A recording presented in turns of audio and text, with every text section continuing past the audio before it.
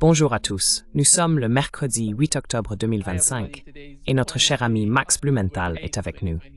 Bon retour parmi nous, Max. Ravi de te voir, Nima. Veuillez vous abonner et cliquez sur le bouton j'aime pour nous aider à toucher davantage de personnes. Vous pouvez suivre Max sur The Grey Zone. Ils ont une chaîne YouTube et un site web où vous trouverez beaucoup d'informations. Ils font un travail remarquable là-bas. Max, commençons par l'une des dernières histoires concernant Charlie Kirk, l'assassinat de Charlie Kirk. Nous avons appris, d'après les messages textes qui ont été rendus publics, qu'il avait été invité par ses donateurs à annuler Tucker Carlson et qu'il a refusé. C'est pourquoi il a perdu l'un des principaux donateurs de son programme.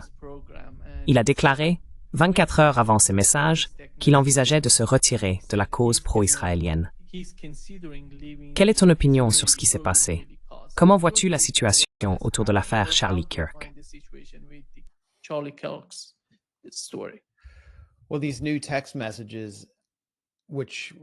Eh bien, ces nouveaux messages textes, datés, je crois, de 24 à 48 heures avant qu'il ne soit tué, sont des bombes.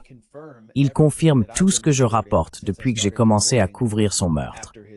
Qu'il commençait à se sentir aliéné des milliardaires sionistes qui avaient fait de lui ce qu'il était, qui avaient alimenté son ascension et sa carrière.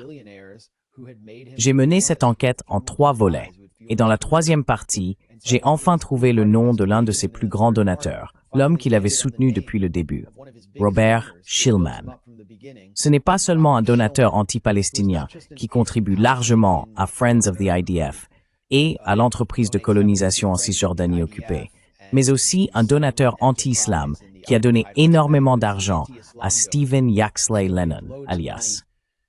Stephen Yaxley Lennon, aka Tommy Robinson, who's fueling a religious war in the UK. Tommy Robinson, qui attise une guerre religieuse au Royaume-Uni, la carrière de Laura Loomer, ou encore Geert Wilders, des figures ouvertement hostiles à l'islam.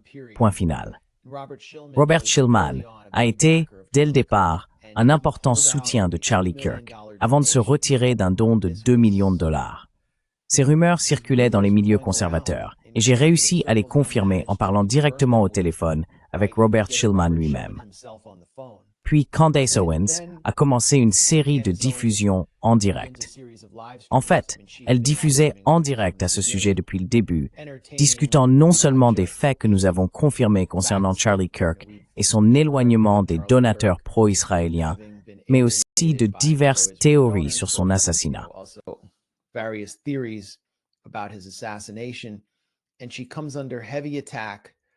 Et elle subit de violentes attaques de la part de nombreux influenceurs qui entouraient Charlie Kirk à la fin, issus du monde sioniste, et qui le poussaient à rester aligné sur Netanyahou, agissant en quelque sorte comme ses relais et lui fournissant des éléments de langage avant sa prochaine tournée sur les campus. Il savait qu'il allait être bombardé de questions critiques sur son soutien à Israël et qu'il n'était pas particulièrement enthousiaste à l'idée d'y répondre. Ainsi, Candace Owens est attaquée. Sa crédibilité est remise en question et des figures comme Josh Hammer, rédacteur en chef de Newsweek, une sorte d'exécutant de Netanyahou dans les médias, qui participait à ces petites réunions avec Charlie Kirk, moins de 10 militants sionistes lui fournissant des éléments de langage jusqu'à la fin, affirment que Candace Owens est une énorme menteuse.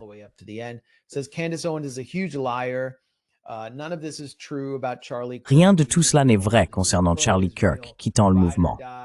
Il était pro-Israël, fidèle jusqu'au bout. Et puis elle lâche la bombe. Ces messages montrant que Charlie Kirk était furieux que Robert Shillman retire les 2 millions de dollars parce qu'il refusait de ne pas inviter Tucker Carlson, devenu très critique envers Israël. Et il a dit, ces donateurs juifs jouent avec les stéréotypes. Après ça, j'en ai fini avec la cause pro-Israël. Il les menaçait tous, en gros, parce qu'ils se sentaient victimes de chantage, comme je l'ai rapporté, pour avoir invité Tucker Carlson. Et il a ajouté, si vous continuez, je vais faire revenir Candace Owens. Il perdait vraiment son sang-froid. Candace Owens a mis la main sur ses messages. losing it, Candace Owens got a hold of these texts. She released them. She did not reveal the names of all of the people. Elle les a publiés. Elle n'a pas révélé les noms de tous les membres de ces groupes de discussion, mais l'un d'eux était bien Josh Hammer. Et c'est là que ça devient fou. Le 9 septembre, Josh Hammer a ressorti un tweet de Donald Trump datant de 2013, dans lequel il appelait à exécuter publiquement. Eh bien, je crois qu'à l'époque, il parlait de trafiquants de drogue. Mais en gros, il disait que s'ils étaient exécutés publiquement, cela enverrait un message fort. C'est un vieux tweet. Pour une raison quelconque, Josh Hammer y a repensé et l'a cité en ajoutant « based », comme si c'était une remarque cool. Pourquoi a-t-il tweeté cela 24 heures avant que Charlie Kirk ne soit exécuté publiquement? 24 hours before Charlie Kirk was publicly executed. I mean, he wasn't publicly assassinated. Je veux dire, il n'a pas été assassiné publiquement. Je n'ai aucune preuve que Josh Hammer ou le lobby israélien ait été impliqué dans la mort de Charlie Kirk. C'est juste étrange.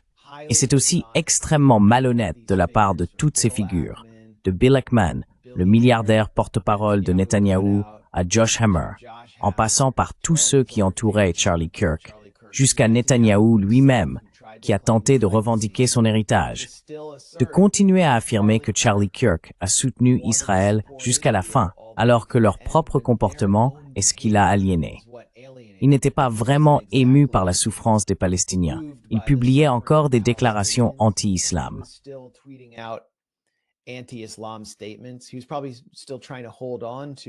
Il essayait probablement encore de garder l'argent de Robert Schulman, mais au final, il a été touché. Je veux dire, environ 24 heures avant d'être tué, il avait en quelque sorte craqué et déclaré « J'abandonne la cause pro-israélienne ». Et cela, juste avant de partir pour une tournée nationale sur les campus, où il aurait été bombardé de questions sur Israël. Cela aurait pu être potentiellement désastreux pour le lobby pro-israélien et pour la cause d'Israël aux États-Unis, voire son atout non gouvernemental le plus important, et de surcroît non juif, critiquer ou même envisager de critiquer Israël lors de ces immenses événements dans des arènes. Mais nous ne le saurons jamais. But we'll never know. Yeah. Max, when it comes Oui, to Charlie Max, Kirk and his en ce qui concerne Charlie Kirk et son mouvement, penses-tu qu'Israël estime devoir faire quelque chose à propos de l'opinion publique aux États-Unis? they need to do something with the Ce n'est pas seulement une question de Charlie Kirk et de son mouvement, c'est aussi une question des médias américains. about the media. Qu'est-ce qui est en jeu pour Israël aux États-Unis en ce qui concerne les médias? For Israel in the United States when it comes to media. Well, this is the way Netanyahu. Eh bien, la façon dont Netanyahou le comprend, et je suppose que la plupart des Israéliens à ce stade, c'est qu'ils peuvent continuer à commettre un génocide tout en conservant le soutien du public américain et du public occidental en général, en se présentant comme les sauveurs de la civilisation occidentale. Et cela ne fonctionne tout simplement pas.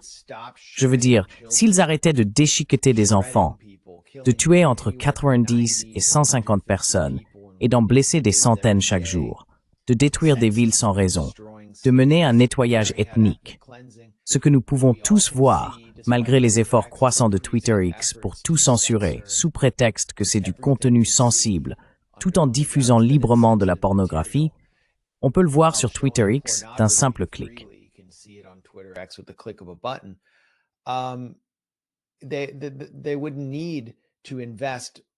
Ils devraient investir le budget 2025 du ministère des Affaires étrangères, environ 150 millions de dollars, dans la Hasbara, ou propagande, à l'intérieur des États-Unis.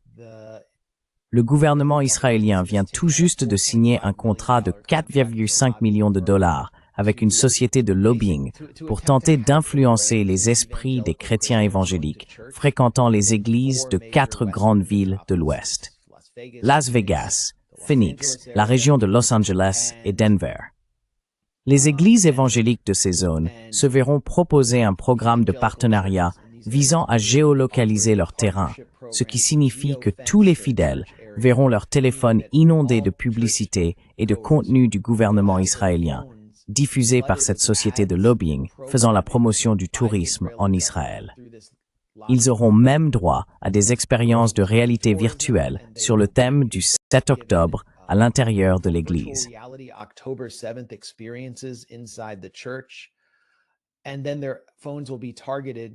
Et ensuite, leurs téléphones seront ciblés par des publicités dès qu'ils partiront, simplement pour être entrés dans cette zone géorepérée. C'est une attaque psychologique incroyable contre les chrétiens évangéliques américains, qui, selon moi, ne fera qu'accentuer leur aliénation. Brad Parscale, l'ancien directeur de campagne de Trump, reçoit 1,5 million de dollars par mois dans le cadre d'un contrat d'agent étranger avec Israël. Non seulement pour recruter des influenceurs, mais aussi pour manipuler les grands modèles de langage de ChatGPT et d'autres mécanismes d'IA en faveur d'Israël afin de sioniser l'algorithme. Je ne sais pas comment ils comptent s'y prendre.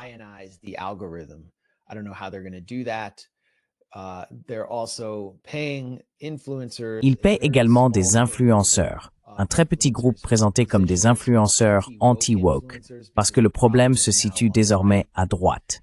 Ils les rémunèrent entre 6 100 et 7 100 dollars par publication pour diffuser de la propagande en faveur d'Israël. L'une des influenceuses touchant cette somme considérable s'appelle Lizzie Savetsky. Elle est récemment apparue dans une marina israélienne et montée à bord de ce qui ressemblait à un yacht de plaisance appartenant à un Israélien et a affirmé qu'il avait été capturé sur la flottille. Elle a déclaré y avoir trouvé une machine à margarita, des préservatifs et des seringues, et que les passagers de la flottille se droguaient en réalité à l'héroïne.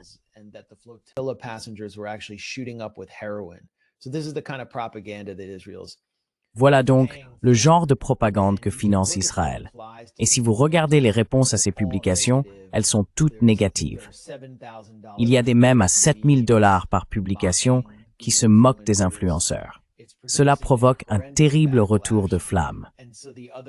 Et l'autre argument que nous entendons de la part des influenceurs achetés et payés par Israël, c'est que la réaction négative qu'ils subissent serait le résultat d'une opération d'influence iranienne et qatari, et que l'Iran et le Qatar seraient en réalité responsables de toute cette colère américaine face au tas de civils morts à Gaza.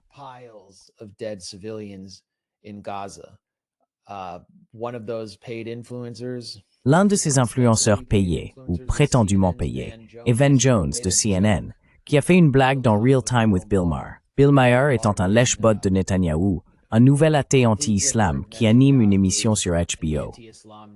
Ben Jones a déclaré « Au Qatar et en Iran, les jeunes voient des images de bébés palestiniens morts, de bébés palestiniens morts, de bébés palestiniens morts. » Et tout le plateau, y compris Thomas Friedman, le chroniqueur du New York Times, a éclaté de rire à cette blague sur les bébés palestiniens morts.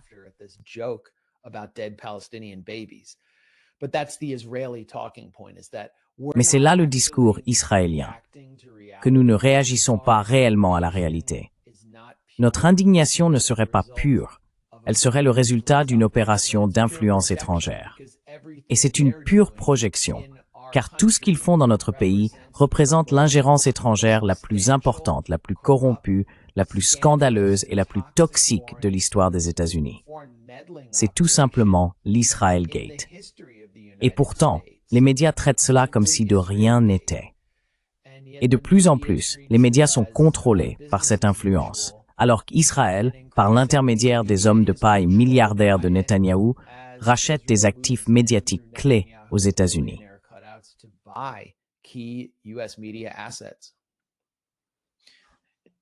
Max, it's me man with to Laura Loomer. Soother.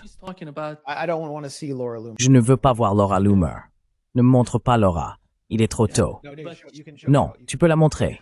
Je plaisantais juste.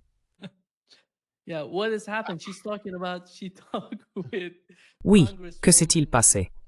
Elle dit qu'elle a parlé avec la députée Anna Paulina Luna, n'est-ce pas?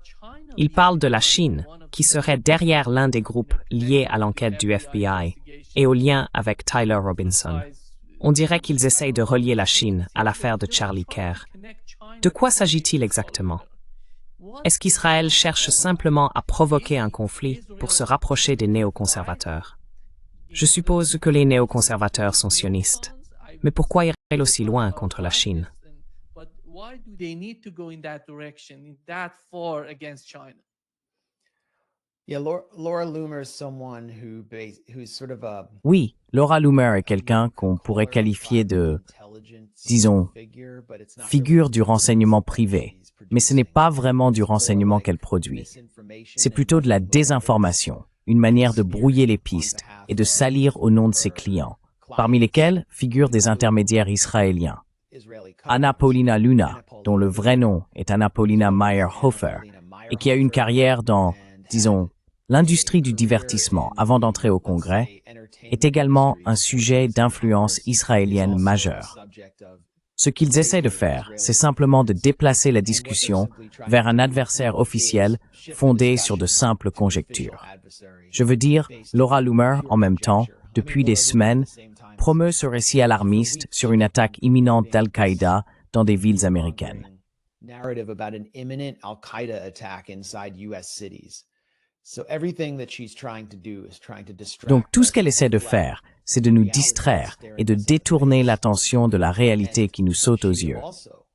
Et avant que Charlie Kirk ne soit tué, elle l'attaquait violemment. Je veux dire, elle a été l'une des premières à lancer une attaque contre Charlie Kirk depuis la droite, l'accusant de tenir un double discours, d'être, d'un côté, pro-Israël, et de l'autre, d'accueillir Tucker Carlson et des figures antisionistes comme Dave Smith à ces événements. Donc Laura Loomer semble incapable de rester cohérente dans son discours. Mais pour qui parle-t-elle ici? Je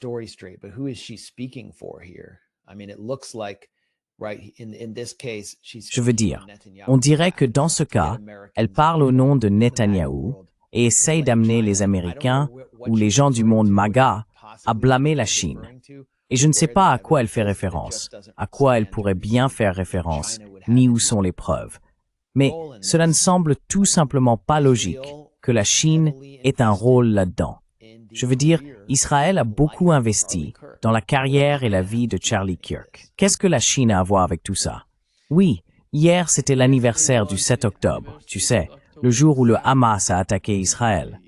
The day that Hamas attacked Israel, and in the aftermath of that day, everything has changed. Et à la suite de ce jour-là, tout a changé à Gaza. Gaza est dévastée, détruite par l'attaque israélienne.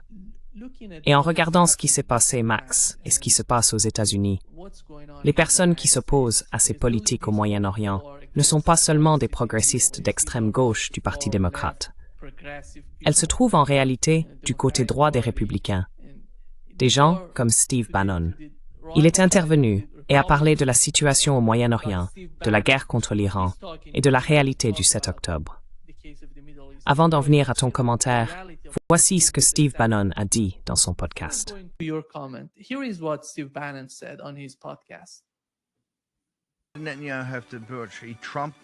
Netanyahou, il a inventé, totalement inventé, un mensonge éhonté à propos des Perses.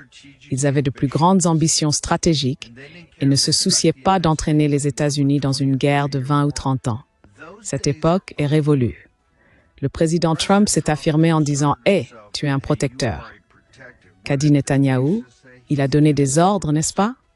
Il a donné des ordres selon sa propre vision des choses. S'ils veulent y aller seuls, eh bien, que Dieu les bénisse. Allez-y, foncez. Mais ne nous entraînez pas là-dedans. Nous ne sommes pas de la partie. Ce qui s'est passé ces 2 dernières années est scandaleux. Et nous n'avons toujours pas d'enquête sur le 7 octobre. Et croyez-moi, si les mains de Netanyahou étaient propres, il y aurait eu une enquête. Et elle aurait été bouclée en 30 jours. Notez-le avec votre crayon numéro 2, parce que ça va venir et vous allez être choqués. Il n'y a aucun moyen que cela soit simplement arrivé comme ça.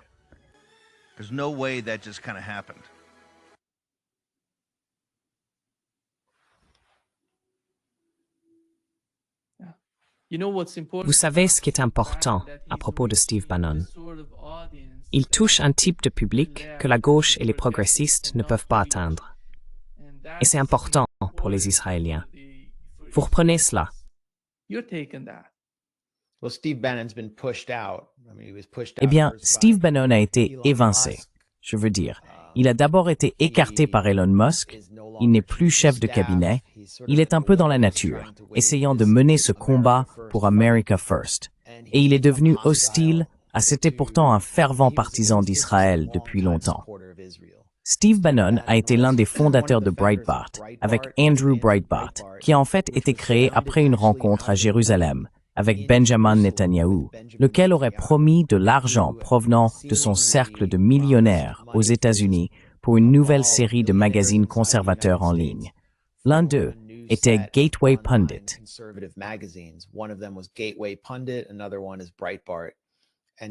Un autre exemple est Breitbart. Steve Bannon a fièrement déclaré que Breitbart, sous sa direction après la mort prématurée d'Andrew Breitbart, était le magazine le plus pro-israélien d'Amérique. Et maintenant, on peut constater un changement. Il qualifie Israël de protectorat. Il peut voir enfin, maintenant qu'il est sorti de l'administration, ou peut-être en se fondant sur ce qu'il a observé à l'intérieur de celle-ci, que les intérêts d'Israël ne sont pas alignés sur ceux des États-Unis. En réalité, ils les contredisent, et Israël, en tant qu'ultime faux ami, détient plus de pouvoir pour nuire aux intérêts stratégiques américains qu'un adversaire supposé.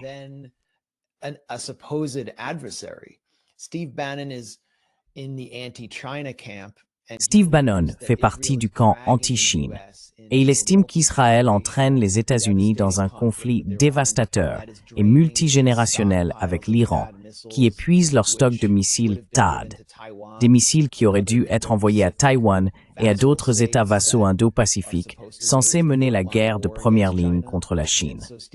Ainsi, d'un point de vue impérialiste, Bannon considère Israël comme un obstacle, voire comme une force parasitaire, qui draine la vitalité de l'armée et de l'Empire américain. Une autre figure du camp critique envers Israël, qui émerge au sein de la droite America First, est Matt Gaetz, qui m'a invité dans son émission sur One America News pour parler de Charlie Kirk et d'Israël.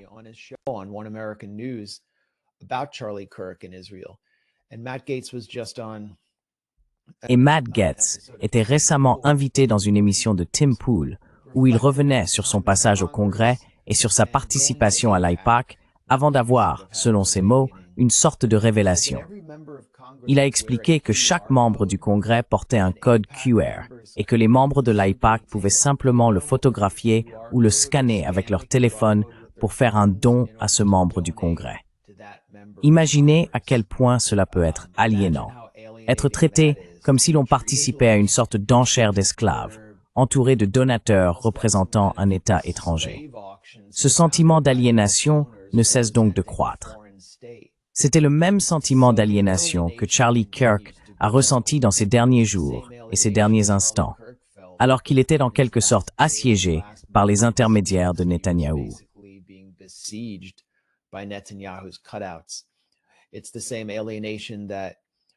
C'est la même aliénation que Tucker Carlson a exprimée dans son dernier monologue, que je considère comme historique, lorsqu'il a soulevé la question que beaucoup d'entre nous, qui avons commencé à remettre en question cette relation il y a des années, surtout à gauche, se posent. Comment ce tout petit pays parvient-il à dominer et à influencer une superpuissance mondiale sans équivalent? Comment cela peut-il avoir un sens? Et en quoi est-ce bénéfique pour ce pays? Il a poursuivi sur ce sujet pendant une vingtaine de minutes avant d'inviter Jeffrey Sachs, quelqu'un que je ne sais pas si tu l'as déjà reçu, mais qui rend le circuit géopolitique anti-impérial encore plus électrisant qu'il ne l'était déjà.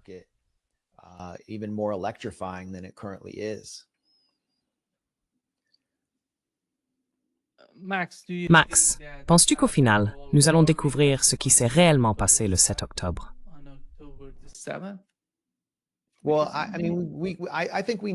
Eh bien, je veux dire, je pense que nous savons plus ou moins ce qui s'est passé et que nous avons des preuves circonstancielles, ou je ne veux même pas vraiment appeler cela des preuves.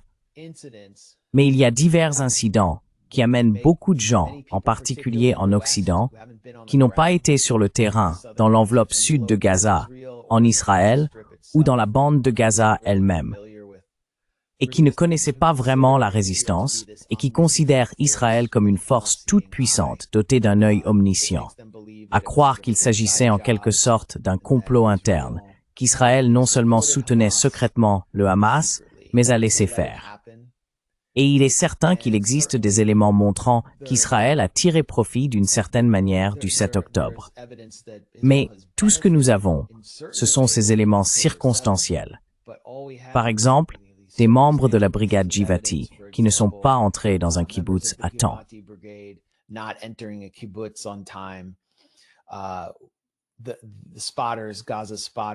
Les observatrices de Gaza, les femmes observatrices de la division de Gaza, détectaient une activité inhabituelle et le commandement à Hakiria, à Tel Aviv, n'a pas réagi immédiatement. Il y avait eu des avertissements des services de renseignement auparavant, mais c'est toujours le cas. Depuis des années, Israël détecte des activités inhabituelles et avertit d'une possible attaque. Mais il me semble assez clair que les services de renseignement et l'armée israélienne ont largement sous-estimé la capacité des brigades Al-Qassam et du Djihad islamique palestinien, et qu'ils ont été déjoués ce jour-là par Yahya Sinwar, quelqu'un qui avait passé 25 ans dans les prisons israéliennes, parlait couramment l'hébreu, comprenait les faiblesses de la société israélienne et avait élaboré une théorie du changement, fondée sur l'échange de prisonniers de Gilad Shalit, qu'il avait personnellement négocié depuis sa cellule, négociant ainsi sa propre libération. Personally from prison, negotiated his own release, and he understood how to evade. Et il comprenait comment échapper au réseau de collaborateurs d'Israël à Gaza. Pourquoi avait-il passé 25 ans en prison? Parce qu'il avait été responsable du contre-espionnage aux premières phases d'Al-Qassam et avait tué des espions palestiniens travaillant pour Israël à l'intérieur de Gaza. Il était donc parfaitement placé pour orchestrer cette opération. Israël s'était préparé à une attaque par tunnel. Et qu'a fait Al-Qassam? Ils ont simplement traversé la clôture et se sont jetés sur des conscrits extrêmement négligents, les observatrices et leurs gardes masculins endormis dans les bases militaires. Après avoir neutralisé les bases militaires, ils ont pu facilement pénétrer dans les kibbutzim et capturer un grand nombre d'otages.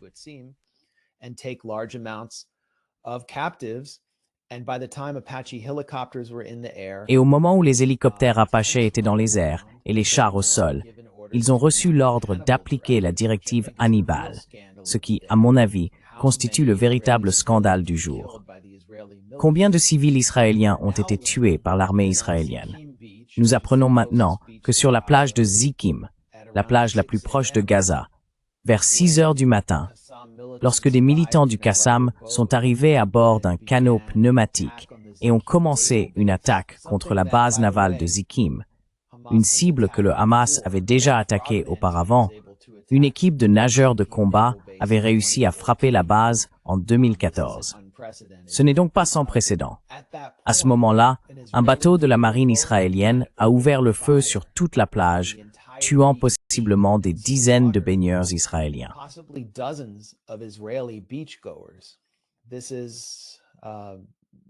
Il s'agit de documents récemment publiés. Une grande partie de ce massacre semble avoir été enregistrée par les victimes sur leur téléphone et par quelques survivants.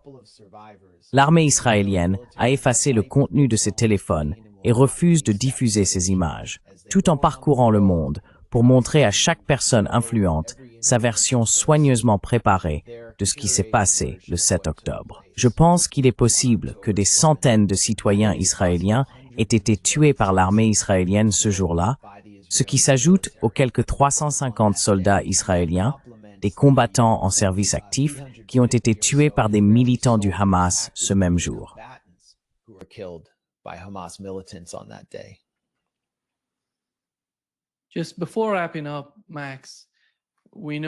Juste avant de conclure, Max, nous savons que CBS News a une nouvelle directrice, Bari Weiss, et dans son premier reportage depuis sa prise de fonction, elle a lancé une campagne pour défendre Van Jones, que tu as mentionné. Que s'est-il passé? Voyons voir. C'est incroyable. Oui, tu sais, quand on regarde qui elle est et ce qu'elle essaye de faire pour Israël, et à quel point ces personnes peuvent être influentes pour façonner l'opinion publique et les changements qu'elles veulent apporter aux États-Unis.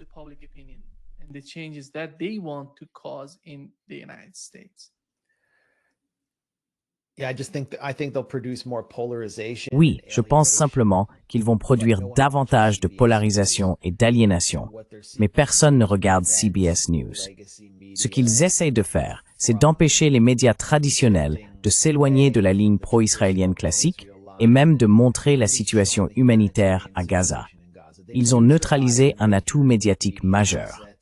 Ensuite, ils utiliseront la marque de cet atout, qui reste encore digne de confiance pour les personnes de plus de 50 ou 60 ans aux États-Unis, afin de légitimer un récit likoudnique, pro-israélien, sur certaines questions. Mais il y a un problème plus profond ici. Laissez-moi d'abord aborder l'aspect israélien, pour ceux qui ne le savent pas. CBS News a été racheté lors de la vente de Paramount à une société appelée Skydance, qui appartient à David Ellison. David Ellison est le fils de Larry Ellison, nommé milliardaire et mi-sandonné, qui possède Oral, un sous-titan de la CIA.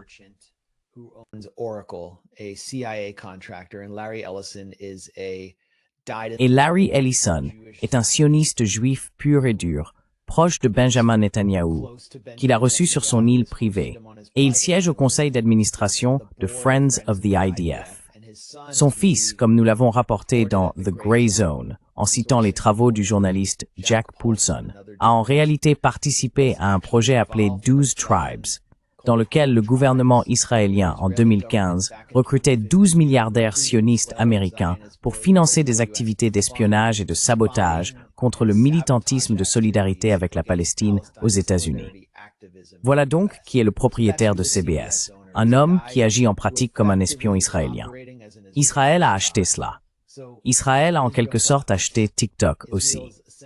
Larry Ellison a mené cette vente, il fournit l'infrastructure, et l'argent vient d'Andreessen Horowitz.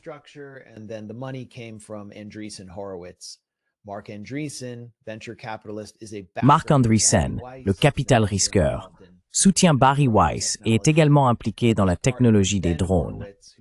Son associé est Ben Horowitz, le fils de l'un des agitateurs les plus prolifiques et les plus répugnants contre les Palestiniens de l'histoire des États-Unis, David Horowitz, qui a d'ailleurs été un mentor précoce de Charlie Kirk. Ils veulent donc racheter les réseaux sociaux. Je pense que c'est encore plus important. Ils retirent les réseaux sociaux du jeu et tout le monde se fait bannir de TikTok pour avoir simplement mentionné l'AIPAC maintenant. Nous sommes sur le point d'être bannis de The Grey Zone. C'est fini. Netanyahou a appelé à ce que TikTok soit racheté. C'est la plus grande menace pour notre capacité à nous exprimer et à réellement débattre. Et Barry Weiss a été installé chez CBS par David Ellison. Elle a 41 ans et toute sa carrière est consiste à faire avancer la cause d'Israël.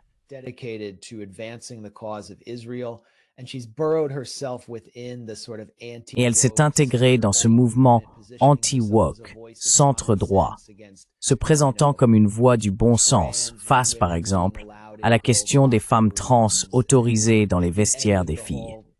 Et à la fin de toute l'hystérie autour du Covid, après avoir appelé tout le monde à se faire vacciner, elle a soudainement décidé de se déclarer opposée au confinement, une fois qu'il est devenu évident qu'ils étaient un désastre.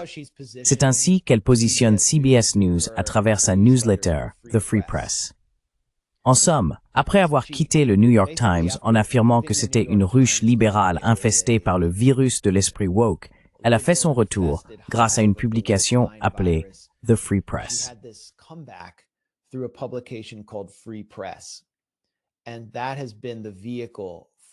Et c'est ce qui a servi de tremplin pour l'installer chez CBS. David Ellison a racheté The Free Press pour 150 millions de dollars. C'était sa valorisation. Et elle a faussement affirmé avoir 1,5 million d'abonnés. Presque aucun d'entre eux n'est un abonné payant. Et vous savez, n'importe qui regardant ceci peut comparer le nombre de vues sur YouTube de Dialogueworks ou de Grey Zone. Nous sommes fortement censurés sur YouTube, à celui de The Free Press. Personne ne regarde The Free Press. Aucune de leurs vidéos ne devient virale. Elles sont ennuyeuses. Et si vous regardez leur studio comparé au mien ou à celui de Nima, leur installation est sophistiquée. C'est comme un salon accueillant avec des enseignes au néon, des fauteuils en cuir coûteux et des tapis persans. Nous, on ne peut pas se permettre ça. Alors, qui finance The Free Press?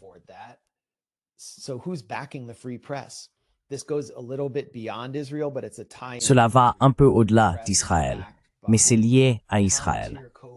The Free Press est soutenu par Joe Lonsdale, cofondateur de Palantir. Je crois aussi que d'autres cofondateurs de Palantir comme Alex Karp sont impliqués. Mark Andreessen, que j'ai mentionné plus tôt, ce sont les seigneurs de la guerre de la tech et de l'IA qui prennent le contrôle de notre pays. Et David Sachs est un milliardaire de la tech qui occupe désormais un poste à la Maison-Blanche. Il est en quelque sorte le tsar de la politique en matière d'IA et de crypto-monnaie, et il oriente la crypto en faveur de Trump, qui fait toutes ces arnaques de meme coin. C'est déjà en soi de la corruption. Mais Bari Weiss garde le contrôle de The Free Press, et elle est chez CBS. Il semble que des personnalités comme David Sachs, qui sont à la Maison-Blanche, aient gagné de l'argent grâce à la vente de The Free Press, car ils en étaient investisseurs.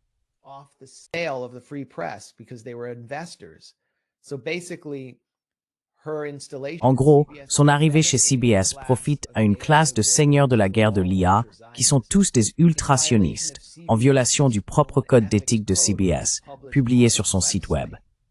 Et elle les remercie tous publiquement. Merci, Joe Lonsdale. Ils ont aussi créé une fausse université pour Bari Weiss à Austin, la capitale du Texas, où elle a un buste d'elle-même à l'entrée. Joe Lonsdale, cofondateur de Palantir, est le président de cette fausse université.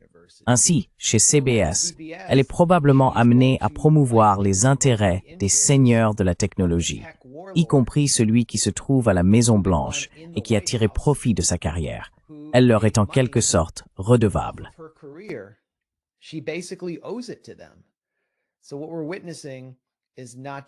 Ce à quoi nous assistons n'est pas seulement une prise de contrôle israélienne d'un grand média historique, mais aussi un scandale de corruption impliquant des conflits d'intérêts financiers et politiques que CBS et le reste des médias refusent d'aborder. Si l'on regarde comment les grands médias américains traitent cette affaire, ils ne disent rien sur la corruption ni sur les conflits d'intérêts, et ils passent sous silence l'aspect lié à Israël. Voilà où nous en sommes.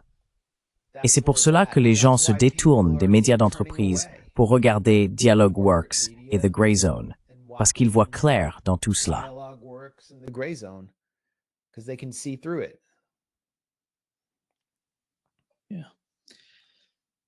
Oui, merci beaucoup Max. C'est toujours un grand plaisir. Merci beaucoup, Nima. Ravi de te revoir. À bientôt. Au revoir. Bye bye. Toi.